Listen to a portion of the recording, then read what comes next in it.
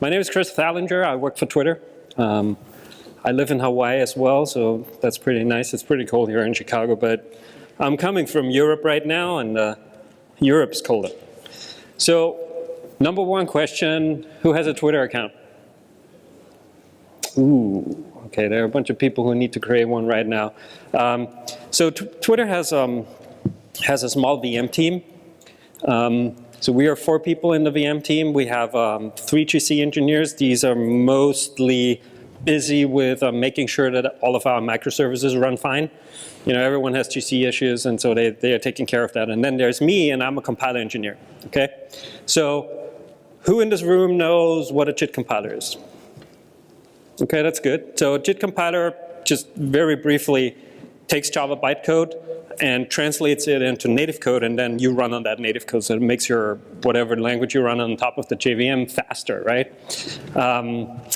Good. So if you're going to tweet about this talk, which I encourage you to do, please add that hashtag. Then my team at home, they will know, okay, I was really here, and some people were in the room and were very, very interested, as I can see in your faces. So why am I doing my talks in general and this talk in particular? So I want people to try Graal. Who knows what Graal is? Oh, okay. All right. I'm going to talk about this more later, but Graal is also a JIT compiler. So people know what hotspot is? The JVM of OpenJDK? Yes, we all know that. People know what C1 and C2 is? No, okay. So hotspot has 2 JIT compilers right now.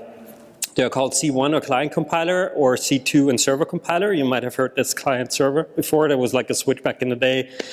So there are 2 different compilers, and one is C1 is a high throughput compiler that produces native code as quickly as it can, so you get away from interpreting bytecodes to run on some native code. And then there's C2, and C2 is a high optimizing compiler. So it produces the peak performance code that you want then eventually. And Graal is like C2. It's basically, it should be a replacement for C2. So I want people to try Graal. Number one, why you should. You could save money potentially. That's what we do at Twitter. I have another talk about this. I'll briefly bring it up later. I want to fix bugs in Graal. So if more people try it, you know, we'll find bugs. And then we can fix more, and then we can make the compiler more mature and stable. And also improve it in terms of, you know, find code patterns that are used regularly, and then improve them, and so that Graal can produce better code. When I give my presentations, then people come up to me after and ask me, so is it safe to use, right? It's still an experimental phase, and so people are not sure, okay, if I'm running it, will it burn down my data center, or what's going to happen? So I can tell you, no, it's not. We at Twitter, we run our most important services, the biggest ones we have. This is the tweet service, the social graph service, and the user service. It's basically everything to do with reading and writing tweets and your social interactions and who you're following and all that stuff.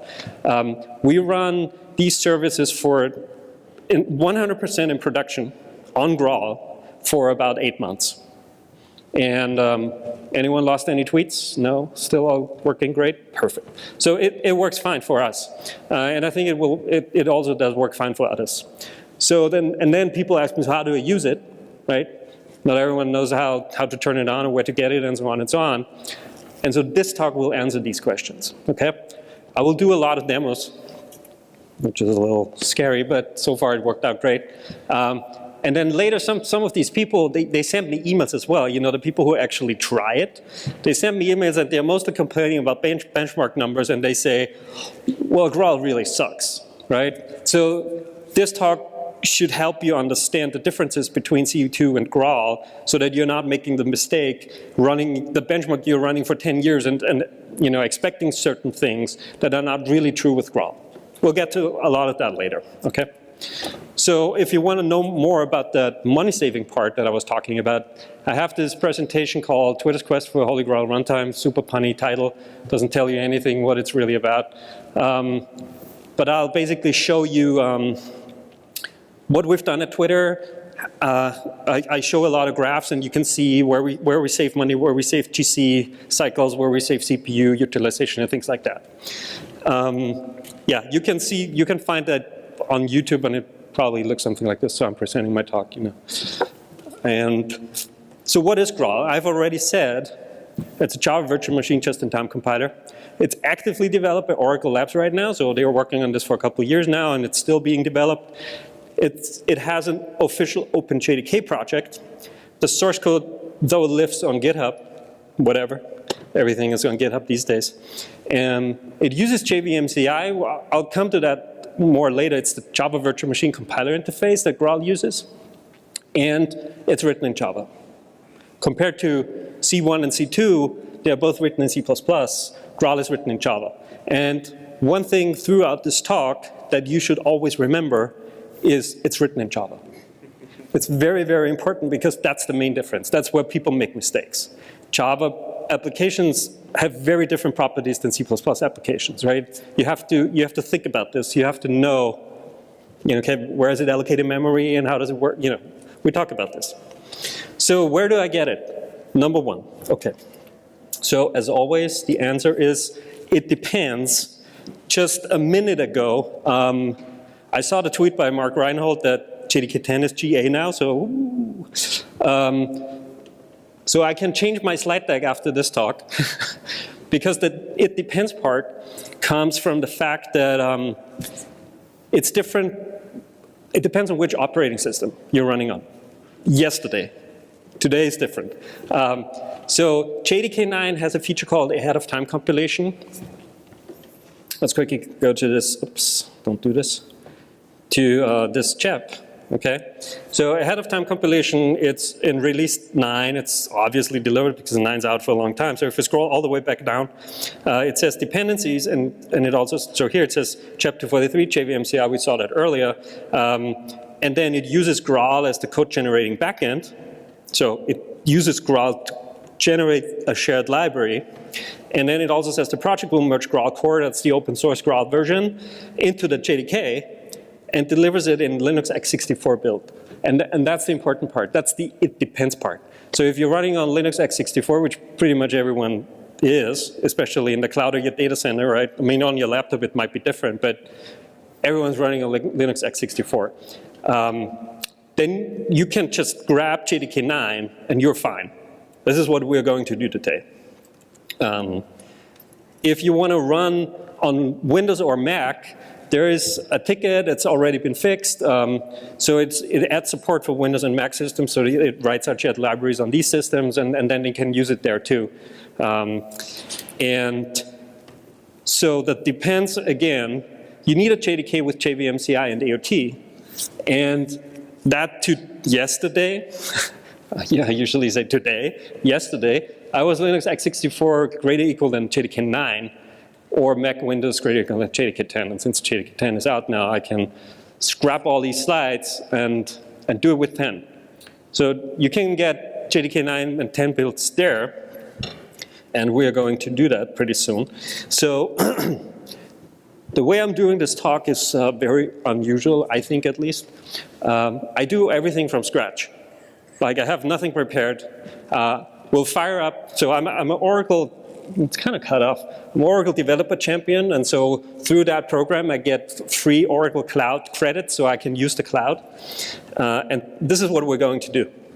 So there will be, there's pros and cons. Number one, I have to switch the browser because it doesn't work.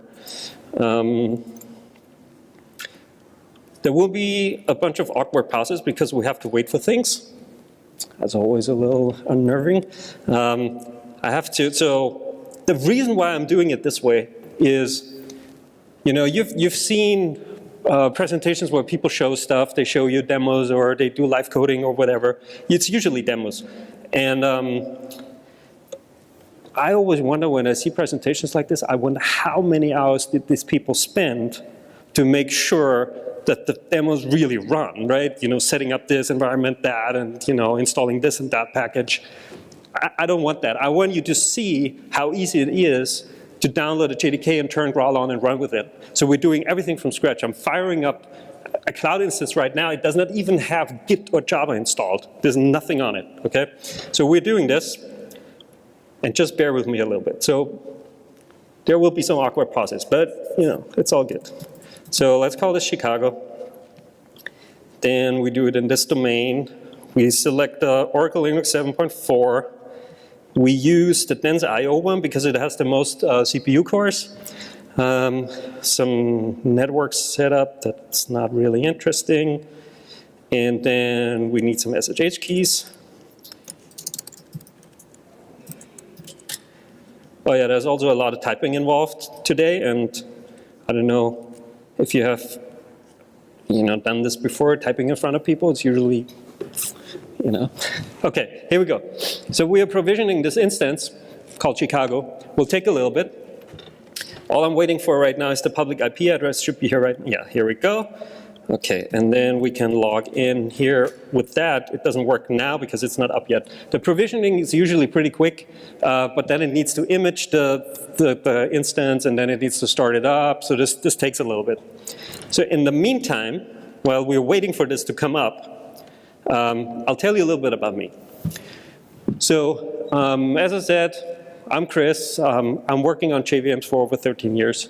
So back in the day, I don't know, I call people out now, who can remember GNU GlassPath, right? Who are the old people in the room?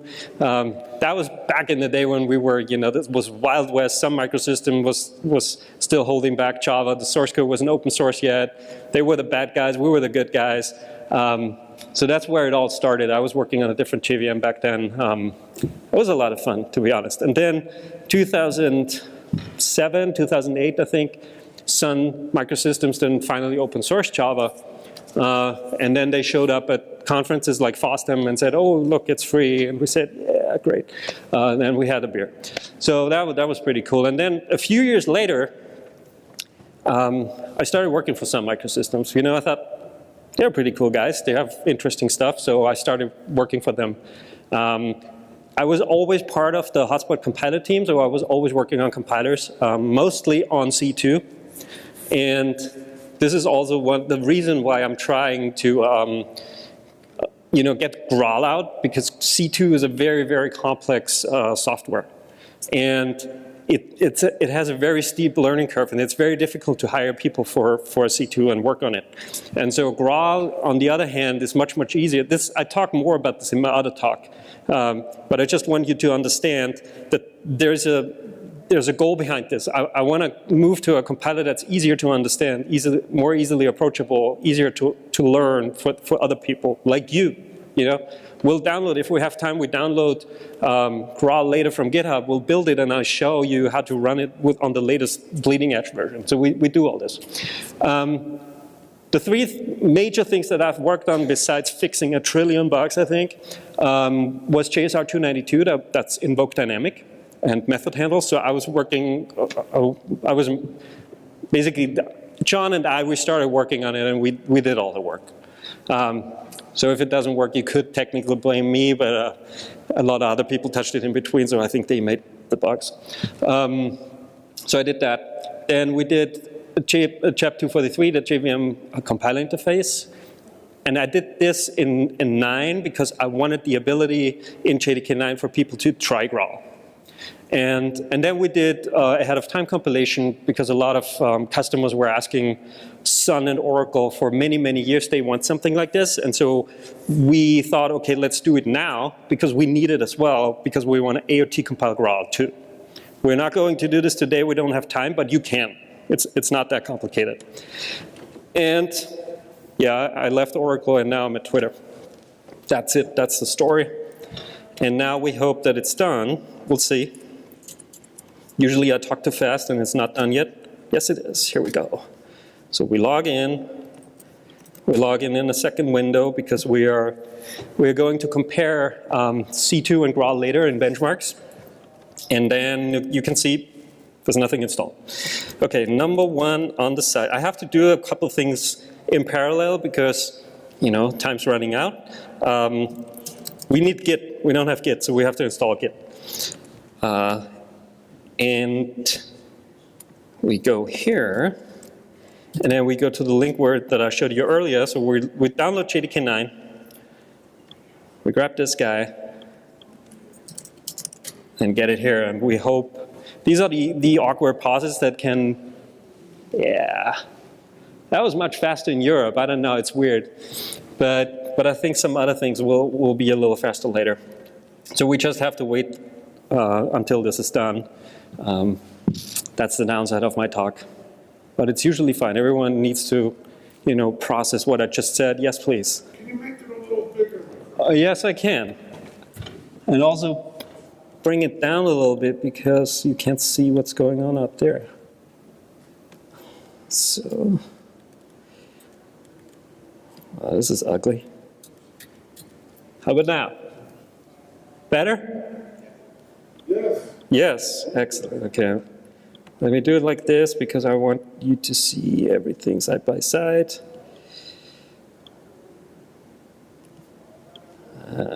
Moved it out here. Hey, you screwed me up. And this is how to invoke Graal on an Oracle Cloud instance. Pretty much, yeah. I mean, it's not Oracle Cloud instance specific, but it's any Linux system. Yeah, absolutely. So, okay, let me make this a little smaller here. We install this, yes. So we have OpenJDK downloaded here now. We unzip it. No, the typing starts. Okay, here we go. So JDK 9, we go here. We set Java home because we'll need that a couple times later. We also put it on the path because we're going to need that too. And we do the same stuff over here. And here we go. So now technically we should have Java. Yes, we do. Do we have Git? Yes, we do. Perfect. Okay.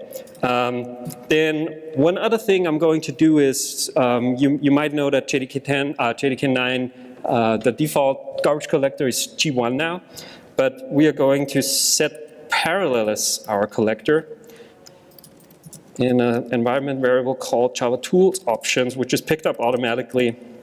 And we're using parallel GC because we are looking at some GC output later, and it's easier to read parallel output, and it also, I don't want the G1 heuristics to kick in. So we use a pretty small heap size. We only use 512 megabytes, and we use it the maximum and the minimum, the start size, 512. And we do this because we want to compare apples to apples. So not all of your heap is immediately allocated, and Graal, just because it's Java, will do a different allocation on the heap than when we run something with C2. And if we set the start size to the maximum size, then we have kind of a level playing field, and we really compare apples to apples. Okay, good. So over here, Java, there is something called list modules. Here we go. It lists all the modules that are in your JDK. This should be like 75 modules or something in JDK 9. And we are looking for the module called AOT. Here it is. And then there is something called describe module. It's called JDK AOT, so we describe that. Okay, here we go. So it requires a bunch of other modules, okay? And number one is jdk.internal.vm.ci. That's JVM CI. That's the compiler interface. It has the Java code in it. The Java interface, that's the interface where an external compiler can connect to, okay? And then there's something called jdk.internal.vm.compiler, and that's Graal. It just has, if you would look into the module, the content of the module, you would see Graal source code, okay? So if we have these two modules, or we have jdk.aot, that's what I was saying earlier. If we have AOT, we have Graal. So if you download JDK 9 or 10, you have it, right? Good. Now, let me see. What are we talking about next? Okay, here we go. I'll go back to the slides. I'm a little jet lagged because I'm just coming back from Europe. So if I forget anything, I'm sorry, but I don't think I will. So how do you use it? Get a JDK with JVM CI and AOT. We just verified this, so yes, we have one. And then just turn it on. That's really all you need to do. Okay? So let's look at this. If we go to the CHEPs again, and go to CHEP 243, that's the JVM CI, and again scroll all the way back down, it tells you how to turn on a JVM CI compiler. So JVM CI itself in 9 and 10 is an experimental feature, so you have to unlock experimental VM options, and then you tell it, okay, please enable JVM CI, which doesn't automatically mean use Graal or replace C2 with Graal. It just says, okay, make the API available, make the JVM CI API available, and then you have to tell it, use the JVM CI compiler. That's turning on Graal. The rest, you know, the property telling the name of the compiler doesn't really matter because we only have one, and so it will just automatically pick Graal. Okay, so we copied these, we copied that, and we copy these.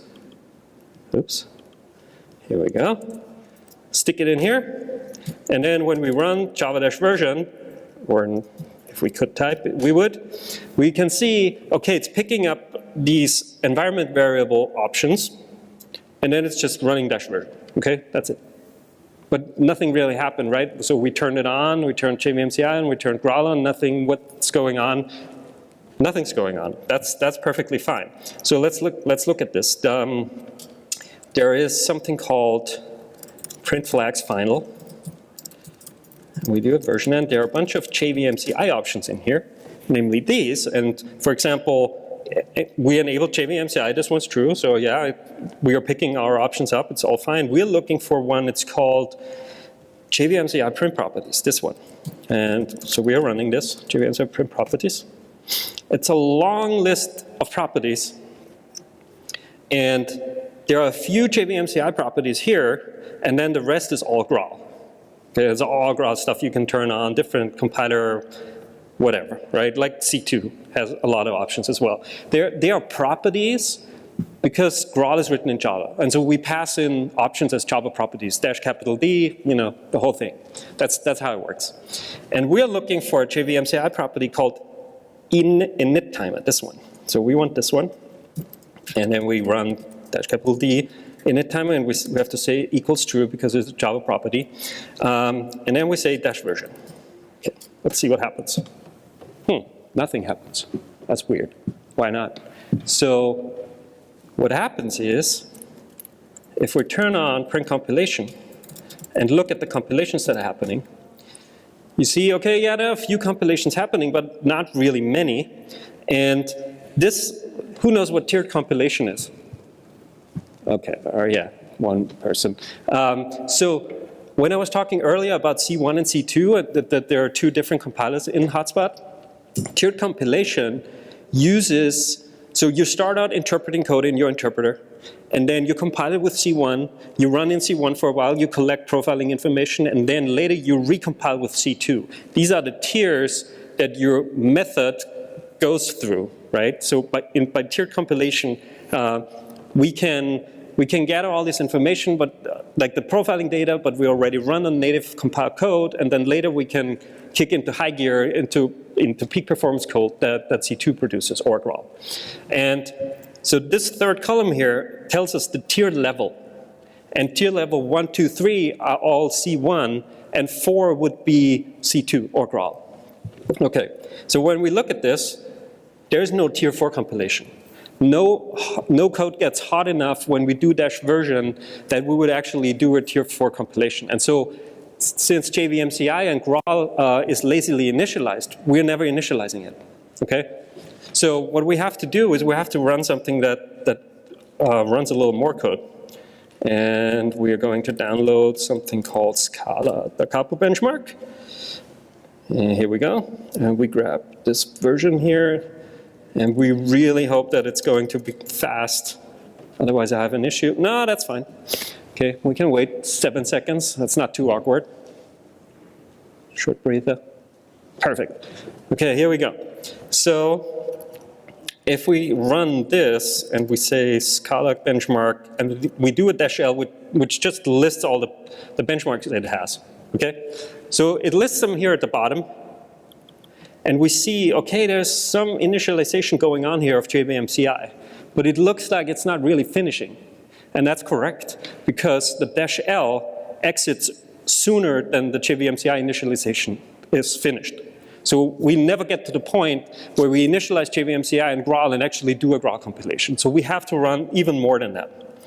Okay, so we are running a small Aurora run. So let's do this. Much better. Okay, this is what we want. So we see the benchmark running down here. And up here, we can see, oh, JVM CI is being initialized. That's that part until here. And then we're done. It took 79 milliseconds. And here you can see the compiler factory selects the compiler, and that, as I told you earlier, we only have one, so it automatically picks Graal. Okay, and then it initializes this class called hotspot Graal runtime, and then initializes. Oh, okay. And you can see all the backend stuff is being initialized. We're on AMD 64 and so on and so on. And then we're up and running. And the benchmark that was run here was running with Graal. That's really it. So you have to just stick these flags on your command line or in this environment variable that I'm using, and then you're turning on Graal and you're running on it. So if we can run the same thing over here. We say, Scala benchmark, and we say a small run of Aurora.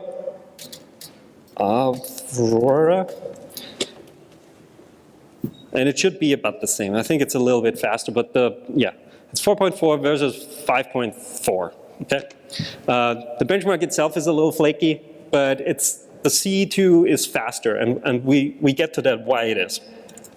Okay, here we go. So we have to talk about bootstrapping now.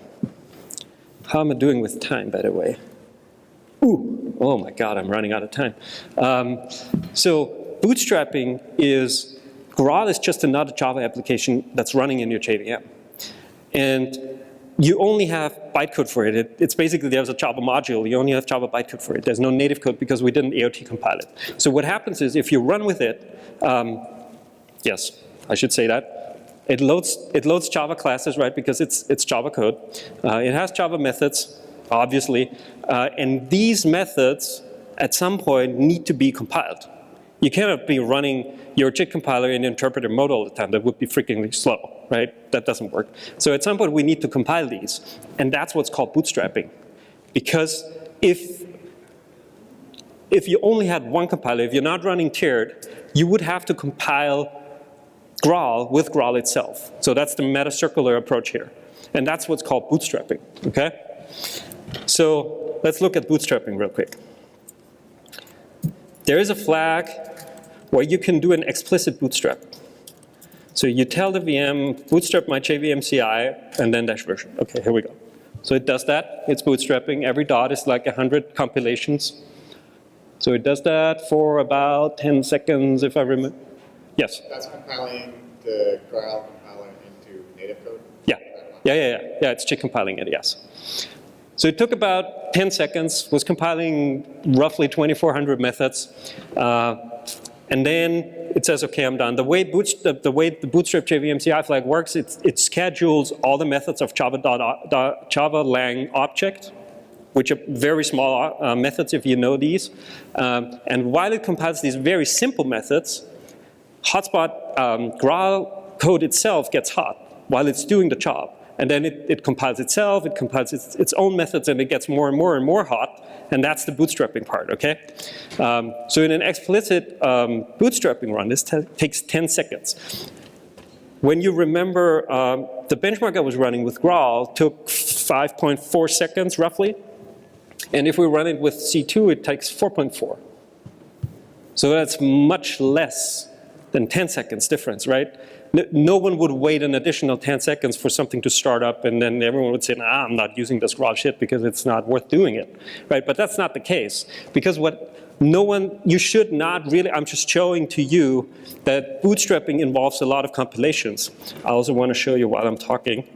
I want to show you if I turn off tiered compilation. It's even worse, right? Because we are not compiling with C1, we're compiling only with Graal. We're only interpreting and compiling with Graal itself. It takes, I can't remember, like 25 seconds or something like this, and compiles 4,800 methods, something like this. So it's a lot, okay? But I don't know really of a case where you have to explicitly bootstrap it, because there's something called an implicit bootstrap where it happens automatically in the background. While you just start up your application, it will just compile itself. And the way, yeah, here we go. So it was even slower, 4,600 methods. When you start up your application, whatever it is, almost all of your compilations will happen in the first 1-2 minutes, I would say, if it's a rather big application. So all these compilations happen at the very beginning, while your application is not even fully up yet, right? You start up your thing, however big it is. If it's smaller and it comes up faster, it's not that much to compile, so it won't take a minute or two, probably maybe even 30 seconds or something. If we get to the demo later, you will see that. So in the very beginning, the microservices we have at Twitter, you bring up the microservice, then it has to connect to 1 trillion of other microservices before it even can accept the request. And then what they most of the time do, they warm themselves up a little bit, and at that point, you're already done with all your compilations. And at that point, or until that point, you're not using all your Java heap memory or all your cores. And so that's why it's only 1 second, because what the JVM does, it takes up all the other free cores that are laying around that are not used by your application threads and just compiles stuff, right? Okay, good. Let's go back to the slides real quick. No, yes, let me show you this real quick. How much time? Yeah, now let me show you this. I think it's important. So if we do the print flags final, no, not print flags final, JVM CI print properties, that guy. And then there's a flag called C1 only. Here we go. It's called Graal compile Graal with C1 only. So in the default setup, you're running tiered. I explained to you what that is. And then this flag is by default true. So in an implicit bootstrap, Graal will never compile itself. Graal code, Graal methods will only be compiled by C1. And the reason for that is because C1 is a much faster throughput compiler. So if we would compile, you've seen the difference, the 9 seconds versus the 27, right? If we would compile with Graal, it would take much longer to get there. And C1 does a pretty good job, and the code that comes out of C1 is usually fast enough. So we never, for example, I can always say at Twitter, we never had an issue with this, right? We never had a compiler throughput issue or anything like this. Good. Okay, back to the slides. So we learned that bootstrapping compiles a lot of methods, like 2,500 in a tiered, non-tiered, 4,800, roughly like this. You can do it either upfront, which I don't suggest. I was just showing to you how much that would be, or doing on demand during runtime. Just let it happen by itself. And then by default, it compiles Graal with C1 only, and forget that last part. It's not that important. Okay, Java heap usage, very important. So Graal is, who remembers? Yes, exactly. That's the main difference, right? So C2 is written in C++, but Graal is written in Java. And so when we are compiling the application we are running with Graal, it will use Java heap memory to do these compilations. When you compile a method, basically all you do is you parse your Java bytecode into a graph, and the graph can be pretty big when you do a lot of inlining or loop unrolling. I throw out a bunch of things here. If you don't understand them, it's not that important. So, and that can make a graph pretty big. I know of very, worst case compilation situations. We've seen with C2, for example, compilations that took 500 megabytes of memory. It can happen. I've even seen more, but that's not a normal compilation. Normal compilations take in the maybe tens of megabytes or something like this, but it can get pretty big.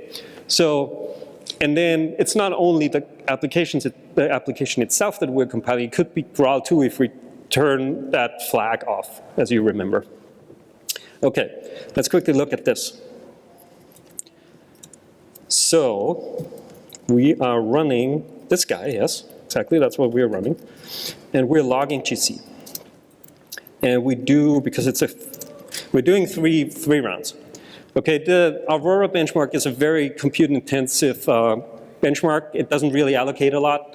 And you can see there are these forced GCs before and after a benchmark iteration, and that's the hardness. The hardness is calling system GC to clean up the memory. But you can see all the benchmark runs here, here, and here. There are no GCs happening during that time. And we are not really collecting anything after. It's like we're collecting 40 down to 3, so it's really not allocating a lot. So if we run the same thing over here, we'll see the situation is a little different. So there are GCs happening. And there are GCs happening because Graal is compiling the benchmark code. And for that, it needs to use Java heap memory. That's where it's coming in. But if you look at this, so in the first iteration, you see the one that takes like 4.5 seconds. We have a bunch of GCs, and then in the second iteration, there's no GC anymore. But we're collecting from 124 down to 7. So there's some garbage around. And then in the third iteration, also no collection. So that's what I meant when I said you're compiling stuff at the very beginning, right? This is reusing the code, the iteration. So in the first benchmark round, we compile stuff, yes, and we collect because we have to. But then later, there are no compilations happening anymore, or barely. And then that's what I'm saying. It's usually not an issue, right? In the very beginning, it's fine. You use a little bit of Java heap memory. I know everyone's tuning their heap size to exactly how much you need, plus maybe 1 megabyte more because, you know. And then a compilation could kick you over the edge, yes, it could happen. But in a cloud world, if you tune your Java heap size in the wrong way, you have the same problem. Because if C2 suddenly kicks in and takes 300 megabytes of memory to compile something and you didn't expect that, your cloud container will go down, right? It's just different where the memory is being allocated. C2 allocates it with malloc on the native C heap, while Graal allocates it on the Java heap. It's just different where it is.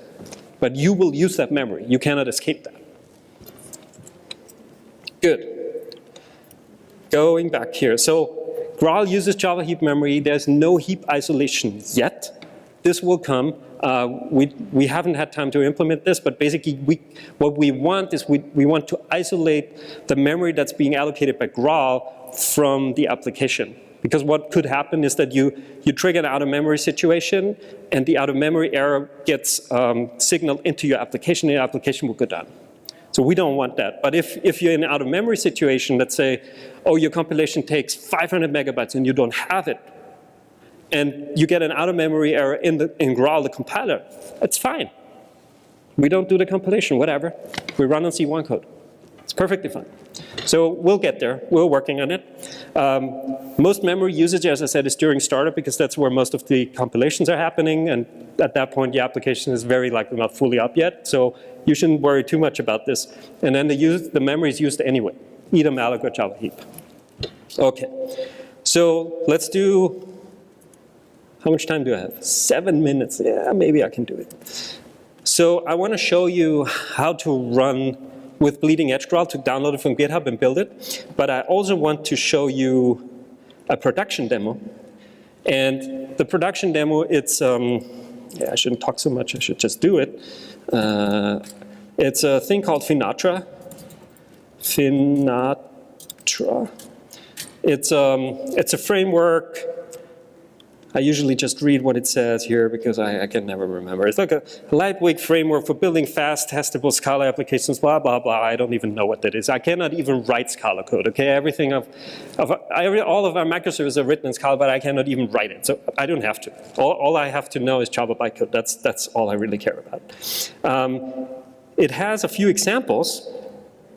Wait, let me go back.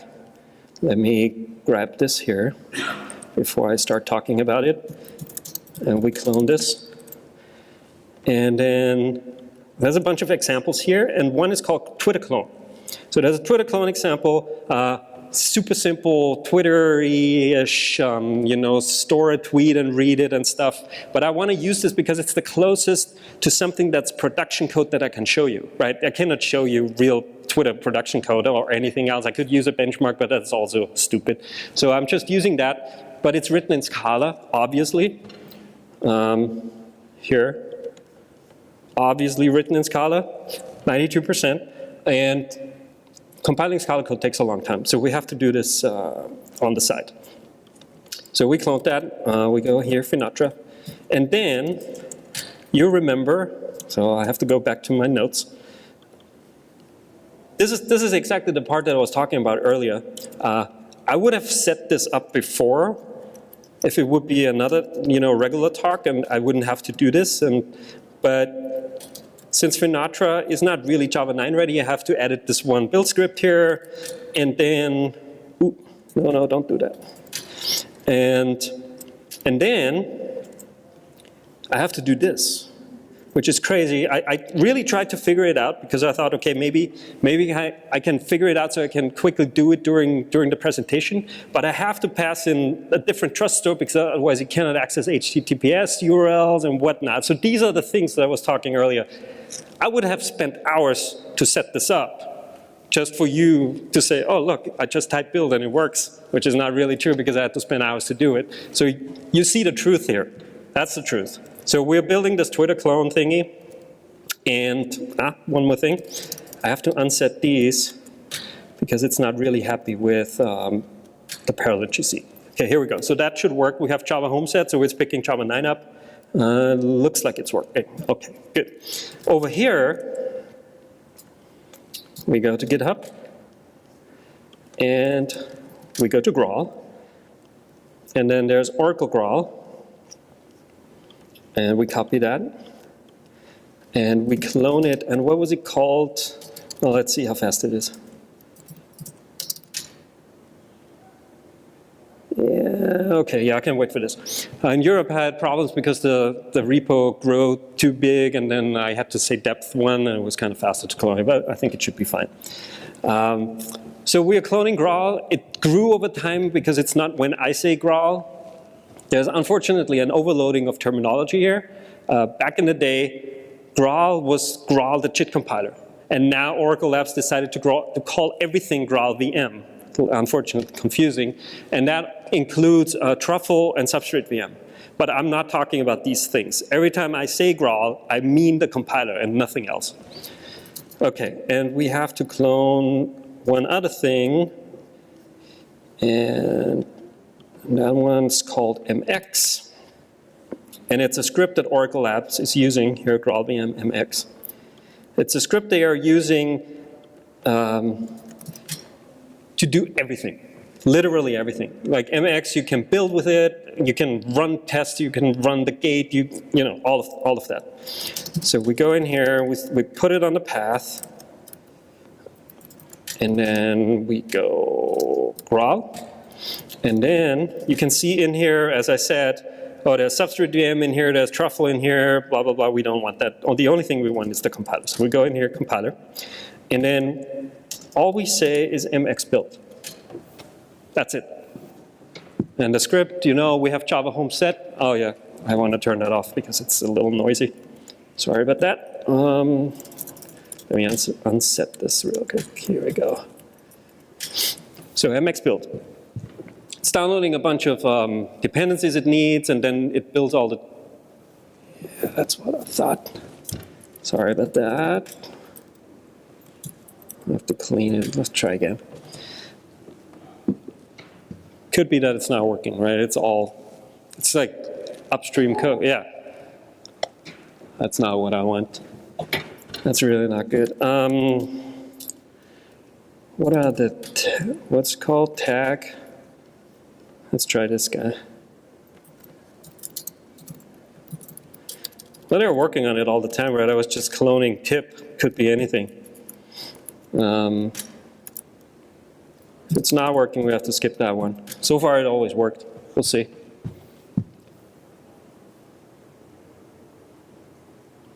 Looks better. OK, I can deal with that. So we're building Graal now. from GitHub, don't use today's tip because it doesn't work. It's always better to use one of the tags anyway, but I usually skip that. So we're building this, and this build will fail, and that's expected. And the reason why it will fail is because it wants to build Truffle 2, and Truffle has some libffi part, and so it needs GCC to, or a C compiler to do that. But remember, our cloud instance is completely naked. There's no GCC installed. I could install GCC, it would take forever. And that's the error we want, but I don't think it's done yet. It was a little quick. Sometimes there's a race condition, it builds the C++ part first. Yeah, no, it's not done yet. Okay, how is our other build doing? Well, that one failed too, man, that's not good. Do they have tags? I'm always worried about this guy here. But so far it worked fine. Let's see. I can skip that one and show you a Scala benchmark that's also very interesting, so if I have time. No, I don't. I'm already out of time. Oh, no. Okay, we have to go over a little bit. Okay, here we go. And there should be somewhere, there should be an MX build modules, right. So this is our modular char file. That modular char file will replace the jdk.internal.vm.compiler module that we've seen earlier. Okay, we can't do this one. So, yes, MX. If you do MX VM, then you just run the VM, and you can do that and say dash version. Oh, and we have to turn this on. Okay, here we go. Same as earlier. Then if you say dash V, we actually see what it's doing. And the command line we're interested in is this one. And what it does, it upgrades the module path with this modular char file. Okay. If we run xlog class load, and we do whatever, we do the Scala benchmark again. Wait.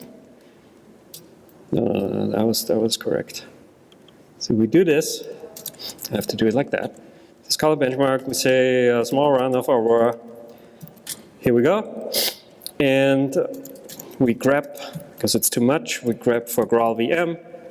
Okay, here we go. So we see all the classes that are Graal are being loaded from this internal module. Like JRT is the internal file system for the module system. Okay? If we run the same command with mxvm, we'll see, okay, all of our Graal classes are being picked up from our modular char file. So that's really all you need if you want to run on the latest version of Graal. You clone it from GitHub, you build it, which was more or less easy after I really cleaned it up and checked out the right tag. And then you can run with it. And then you can import it in your IDE and play around with it and do whatever you want. It's very easy to do. And then all you have to do is have your Java home set to a JDK 9 or later, and it will automatically pick it up. So let's just quickly run this benchmark with the latest Graal version here. Oopsie, VM. To see if it really works, it should. I'm always hoping that it's faster. It's usually not, but it would be nice. Yeah, it's a little faster, but as I said, it's flaky. Okay, so since I'm out of time and the build didn't finish over there, I can show you that. But what I would have shown you is the production demo would basically show you that the bootstrapping during the starting up the Twitter clone server, there's no difference. It starts in about the same time, because as I said, the CPUs you're not using while you start up your applications, they are just being used to compile code. There's really no difference. That's what we are seeing at Twitter as well. We start our stuff all the time. We deploy a bunch of times per week, and there's no issue. We never had an issue. Okay, summary, since I'm over already, very simple. That. Just turn it on. That's really all. As I told you, I showed you everything that you have to do to use it. There were no tricks. I didn't hide anything. Like everything I did is what you need. I downloaded the JDK, I showed you how to turn it on. I showed you how to run benchmarks, what to look out for. Look out for Java heap memory usage. Don't just blindly look at GCs, because you have to remember, okay, yeah, it's Java, so it's a little different. These are all the errors or mistakes that people before you made. And that's why I'm giving this talk, to tell you not to make that mistake again. But I would really, really appreciate if you run whatever you have, preferably in production immediately. Don't even think about it, just deploy it. Yeah, of course not, but just give it a try, right? The worst thing that can happen is it crashes. That would be, actually, to be honest, that would be great, because then we found a bug, and it would encourage you to file that upstream. You don't have to fix it yourself. You could, because I showed you how to download the source code, how to build it. You could fix it yourself. That would be amazing. So if you need help, tweet me, DM me, send me an email, tell me if it works. If it doesn't work, I'll help you out if you need some help. Thank you very much.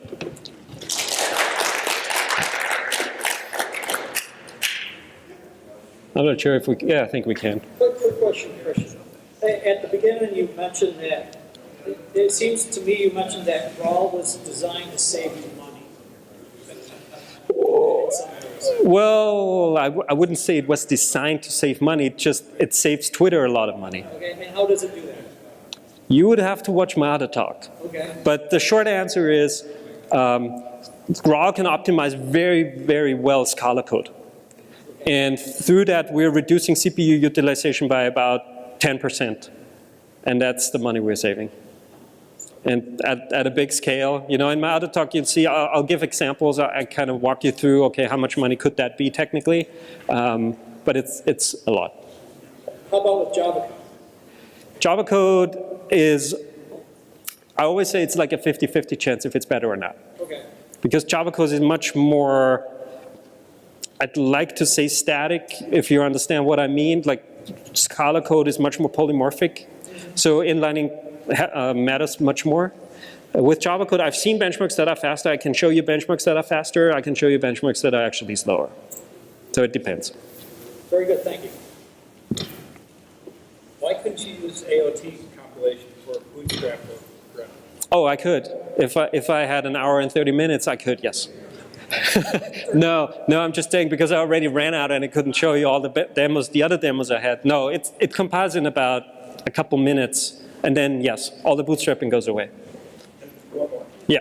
How does Grail handle the optimization of speculative? Exactly the same way as C2. Through JVM CI? No. As soon as the method is compiled and installed in the code cache, Graal is not involved anymore. Because then it's just in the code cache and the VM just takes care of it. It's exactly the same. The only difference between C2 and Graal in that case is how to install the compiled code. Right? C2 just calls the C++ method, installs it in the code cache, and Graal, you get a byte array back. Right? The byte array is the compiled method, and you take it, transform it into an end method, and install it in the code cache. That's all. And so the runtime still monitors for violation of previous assumptions? Absolutely, same thing. I think people are here for the next talk. Sorry.